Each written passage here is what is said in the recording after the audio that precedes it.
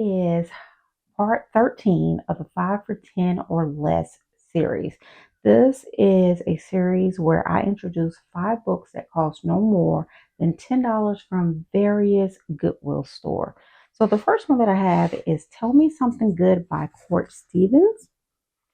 As you can see, the book is in wonderful condition, which is like most of the books that I get from there. This is a mystery thriller, contemporary crime novel, and it says it has a bit of romance as well. This is a quick synopsis. Over 20 years ago, a young hunting guide in rural Kentucky was driving his boat in the early morning mist when his peaceful cruise was cut short by a scene so disturbing he packed up and moved away. 9 women died earlier that morning, but it was linked to a similar crime in Texas, so the locals quickly wrote it off as having nothing to do with them. Now, all these years later, when everyone has nearly forgotten about that grisly part of their past, one man's accidental death will bring everything back up to the surface. The locals who knew better can no longer claim it had nothing to do with them, and one woman, desperate to do whatever it takes to save her mother's life, will learn that nearly everyone in her life has been lying to her. Guys, this sounds so good. This is one of those books where you read the synopsis and you're thinking, or at least I'm thinking, hey, I hope you are as good as the synopsis says, because this sounds, you see something so disturbing, you have to pack up and move your whole life. Oh no, I need to get into that book really quickly. All right, next on the list we have Death on the Nile by Agatha Christie, and another great condition. And this would be the first Agatha Christie book that I have ever read. This is a book number 18 in this series. Guys, I've been fighting for my life trying to say these English words. There's no way that I'm going to be able to get this Belgian French name out. So anyway, this is the series right here. So this book is a murder mystery classic crime thriller. And from my understanding, all the books in the series can be mostly read as a standalone.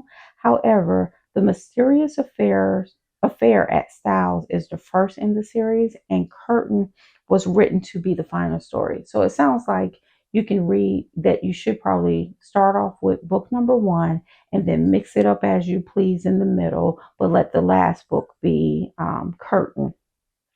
And so in this one right here, this is quick synopsis. The tranquility of a lovely cruise along the Nile is shadowed by the discovery that Lynette Ridgway has been shot. She was young, stylish, and beautiful, a girl who had everything until she lost her life.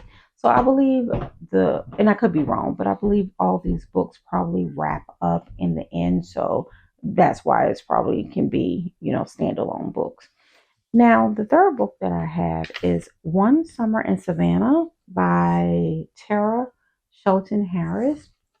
Also, great condition because, I don't usually get books from the Goodwill that are kind of bad. So, this one right here is an African American contemporary summer romance. It's been 8 years since Sarah Lancaster left her home in Savannah, Georgia. 8 years since her daughter Alana came into this world, following a terrifying essay that left deep emotional wounds. Sarah will do anything to forget. But when Sarah's father falls ill, she's forced to return home and face the ghosts of her past. This is, from my understanding, the author's debut novel. And this is one of those books where I definitely want to do a deep dive on. And guys, forgive me if you hear some noise. I have somebody in the kitchen making noise. But this is one that I want to do a deep dive on. It sounds like from the synopsis that it's going to have a lot of things to talk about. So if you've seen any of the other deep dive videos that I made, they do contain spoilers, and I only talk about that one book in detail. Now, the next book that I have on the list is the Bambino Secret, written by J. Anderson Cross. A good, I'm sorry, a good, another book that's in great condition. Okay. And this one right here is a novel of love, murder, and scandal. I'm only going to read just a little bit of the synopsis for you. So, we have 70 years later, a young, naive white attorney and his black female client struggle to unravel the mystery of her uncle's death.